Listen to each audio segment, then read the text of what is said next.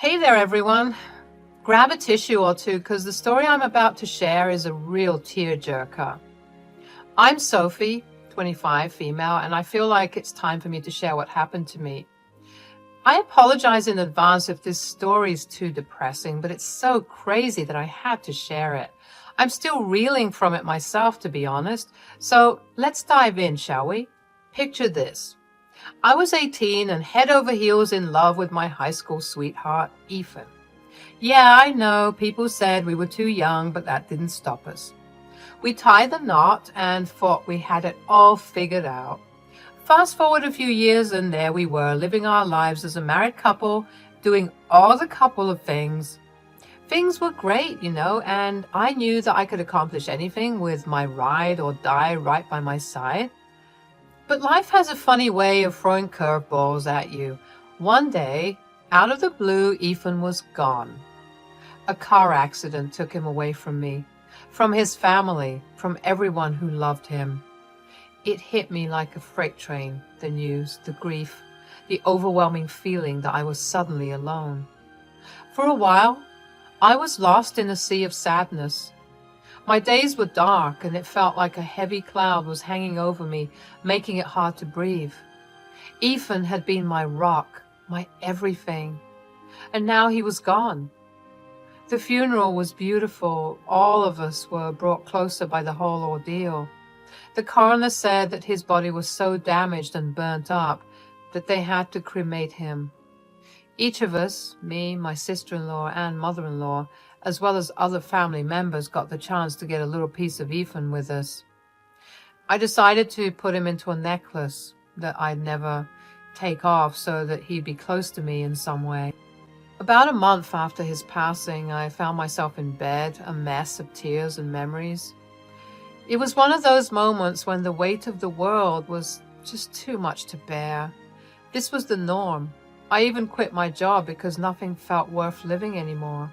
So yeah, one day I was in bed, wallowing, as was custom, and then, like a lightning bolt, my phone started buzzing like crazy. I glanced at the caller ID, and there it was. Linda, my sister-in-law. Hello? Come and open the door, I'm here! Those words hit me like a punch to the gut.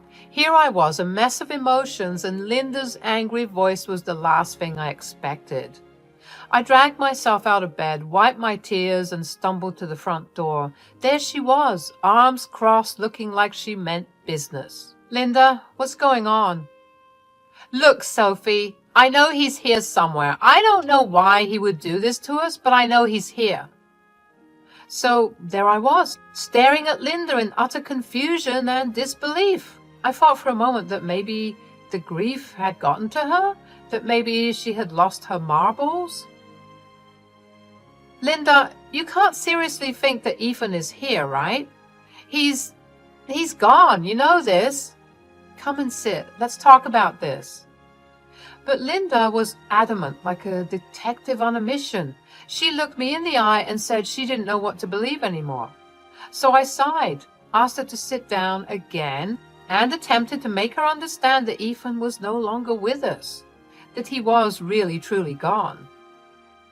Linda, it's been a month. Ethan passed away and we have to accept that. I don't know what you're accusing me of, but I can't play along with this. Grief can mess with our heads, I know that, but we can't let it make us imagine crazy things. We can't let it take control. Linda's voice cracked as she spoke, and for a moment, I saw a vulnerability in her eyes that I hadn't expected. Sophie, don't talk to me like I'm a crazy person. I know what I saw, and I swear to God, if you two thought that this was some funny prank you could pull on us, then you've got another thing coming. Linda, I don't know what you're saying. Please explain. I saw him, Sophie. I saw him at that cafe on 5th Street. It was him. I know it was him. Don't believe me? Let me prove it to you. I took a picture. I felt a chill run down my spine. She pulled out her phone and showed me a picture. A picture that shouldn't exist. At first, I thought it was just my mind playing tricks on me again. Grief can make us do crazy things, but that wasn't it. This felt too real. Then I thought that it was a doppelganger. People can look like other people, right? But the similarities were too uncanny. I then concluded that that was indeed Ethan, wearing a hoodie, sitting in a cafe. My heart pounded as I looked at the date of the photo. Just 2 days ago. What? What is this? How is this even possible? It was like I had seen a ghost. I couldn't breathe, couldn't think. And then reality came crashing back and I realized Linda didn't mean to accuse me. She genuinely thought she had seen Ethan alive and well. Sophie, I'm sorry. I really thought that you knew that he was still alive. I actually thought that you helped him fake his death. She was on the verge of tears and I found myself struggling to hold it together too. Linda explained how she had seen Ethan through the cafe window, snapped the picture and sent it to our family group chat. Everyone denied knowing anything about Ethan faking his death except me. I hadn't responded. She thought I was in on it, that I was helping Ethan live this lie. Linda, I swear I had no idea. I thought he was gone. Please tell me everything you know, and I'm sorry for not responding. I haven't responded to messages in a month, Linda, I swear to you. I had no idea about this. I would never do something like this. Tell me everything now. There I was, huddled with Linda, trying to make sense of it all. Linda explained that all she knew was that she had seen Ethan in that cafe, sent the picture to our family chat, and asked if he was pulling some bizarre prank. But now, with what Linda had just revealed, it meant that nobody knew about this. Ethan had lied to everyone. Why would he do something like this? As we clung to each other, tears streaming down our faces, a mixture of sadness and anger began to swell within us. We were left wondering what on earth could drive Ethan to concoct such a stupid ruse. I thought I was losing my mind. I wanted to approach him, but I was scared. That's why I took the picture so others could see what I was seeing, so that I could know for sure that I wasn't just imagining things. At that moment, our shared sadness shifted into something else. A fiery rage that we couldn't suppress. We tossed around speculations like a game of emotional ping pong. Sure, Ethan had been a prankster and had a knack for getting on people's nerves to mess with them, but this was a new low, and we were left grappling with the weight of his actions. I can't believe he would put us through this. What could he possibly have gained from making us think he was dead? Linda's voice trembled as she spoke, her anger mirroring my own, and then, amid our confusion and fury, it hit us like a bolt of lightning. We were way out of our depths here. We couldn't just unravel this on our own. We needed help, professional help. Linda, we can't do this alone. We need to find out the truth, and that means we need to get a private investigator involved. Linda's eyes met mine, and in that gaze we shared a newfound determination. We were going to dig deep, uncover the layers of deception, and finally get the answers we deserved. The roller coaster had taken a wild twist, hurtling us towards a truth that was more complex and shocking than we could have ever anticipated. And, well, we were ready to face whatever lay ahead, with a little help, of course. So, with our newfound determination and Linda's connections, we managed to get ourselves a top-notch private investigator, the real deal. Honestly, if this story were a movie, this is probably where the music would start getting suspenseful. Weeks rolled by and we were getting antsy. I'd received sporadic updates from Linda, but for about 2 weeks, it felt like we were stuck in limbo. I was itching for some resolution, some answers. And then, finally, the private investigator called Linda with a big break. Turns out, Ethan wasn't just chilling somewhere twiddling his thumbs. No, he had gone the whole 9 yards, adopting a new name, let's call him Alex, a new passport, and an entirely new identity. Yeah, we're talking witness protection level stuff. The private investigator managed to get more pictures, and sure enough, it was Ethan, albeit with dyed hair and a clean-shaven face. The disguise might have fooled a casual passerby, but not us, not the people who loved him. Linda and I convened with the family and spilled the tea on what we'd been discovering. The collective reaction was something straight out of a soap opera, you know.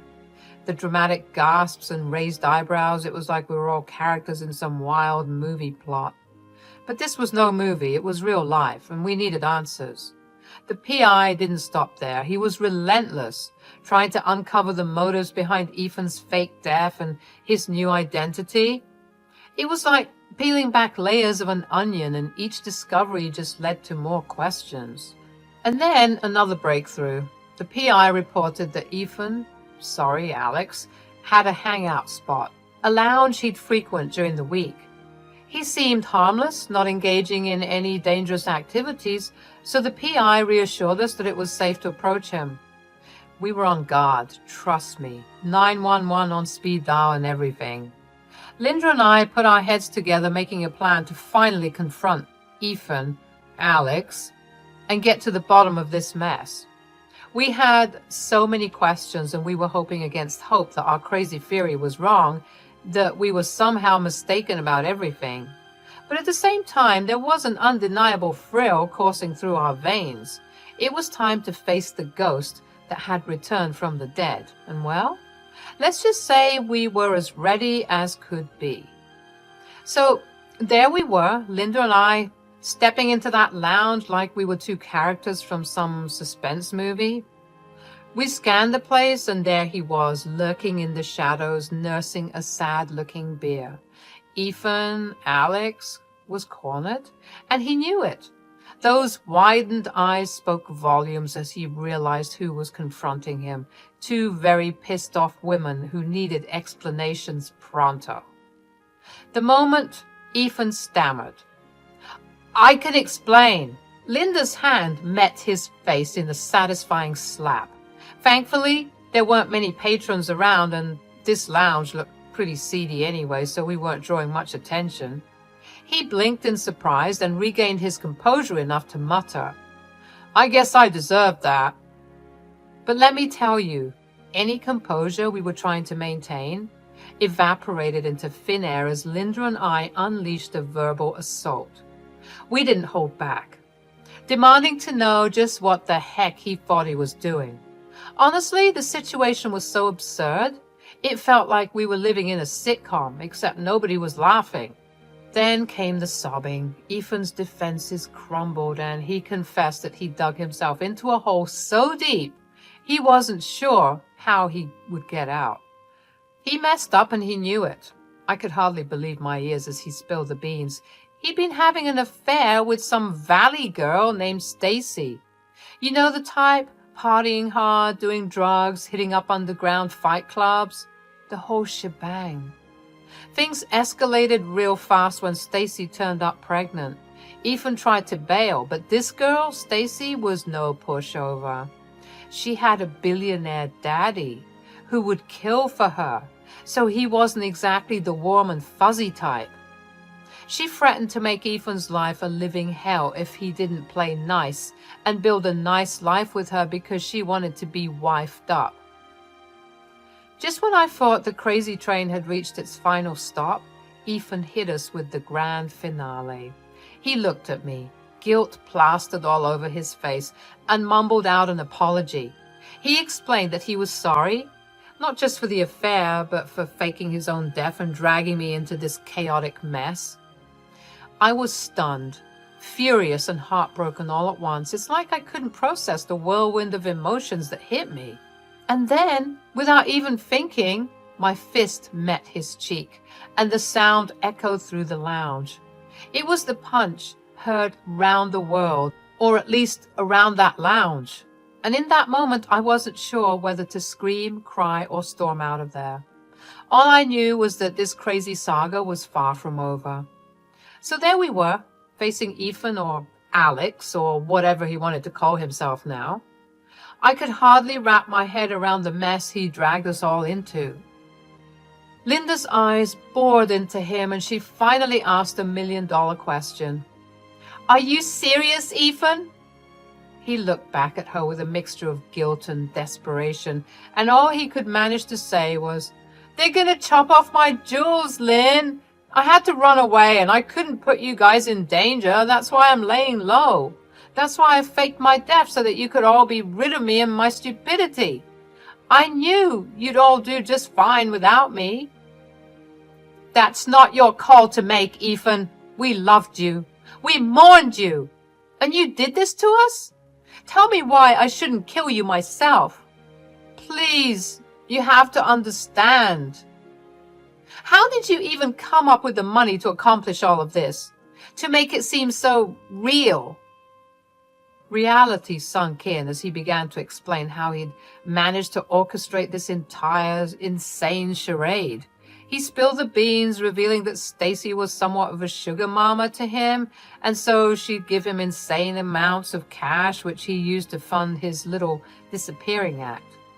The car wreck, the stories in the news, even the coroner's report, all of it was staged. And then he'd used the money to create a whole new identity for himself. I couldn't help but ask, why stick around in the city if you knew you were in danger? Why not flee to another country? Or something? Ethan sighed, a mix of frustration and resignation on his face. He explained that the plan had been to meet up with the guy who was supposed to help him escape the country, right here in this very lounge, but the guy hadn't shown up yet. According to Ethan, this connect didn't do phones to avoid exposure.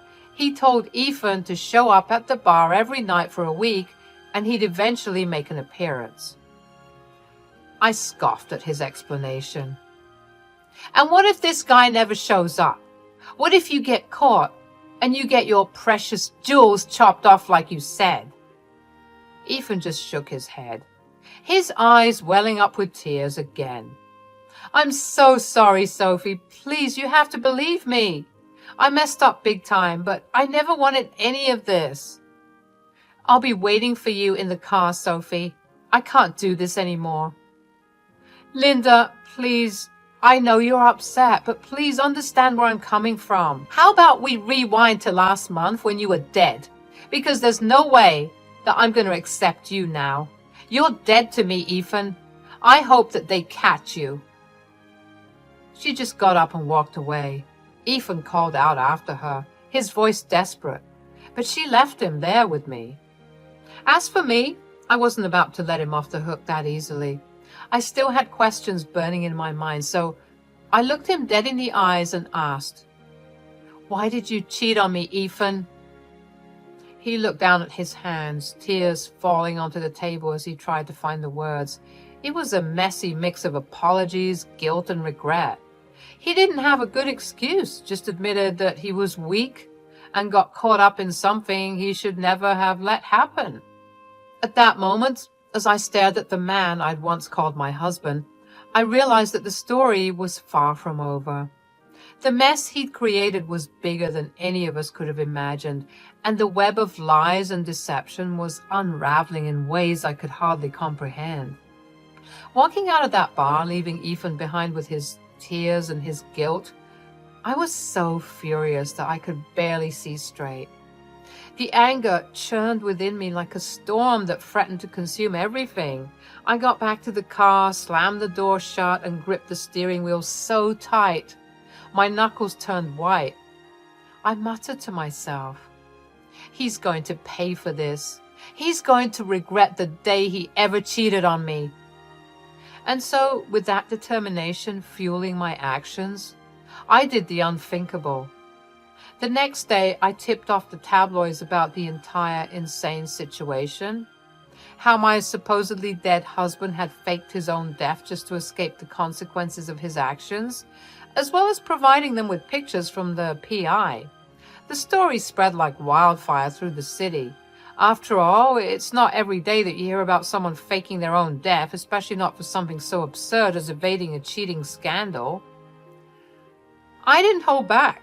I laid it all out there for the world to see, how I had been the loving and devoted wife, only to discover that my husband had played me like a fool. The tabloids ate it up, and soon the entire city was buzzing about the tale of the man who faked his own death. With the help of the PI, Ethan's secrets unraveled faster than he could ever imagine. It turned out that his grand plan was crumbling because his connect wanted nothing to do with him once his wife had blown his cover. And just like that, Ethan went from being a man who faked his death to avoid consequences to a man who was publicly exposed for his lies and deceit. Ethan's world quickly crumbled around him. He became a social outcast, shunned by his family and friends, his reputation in tatters. It seemed like justice was served. But then, just as suddenly as he'd reappeared into our lives, Ethan vanished once again. This time it felt more permanent, like he'd been swallowed up by the very lie he'd created. Rumors swirled, but it seemed like his past had finally caught up to him, this time in a way that even he couldn't escape. Linda and I were left wondering about his fate, whether he was even alive or not, whether he was finally facing the consequences he tried so hard to evade. I mean, when you mess with billionaires, anything can happen. Maybe they had him locked in a dungeon somewhere, jewels missing so that he could never escape again. In the end, all I could feel was a strange sense of relief. I had exposed the truth, no matter how messy or unbelievable it was. And for that, I was grateful, because it meant I could restart my life without any drama and mess.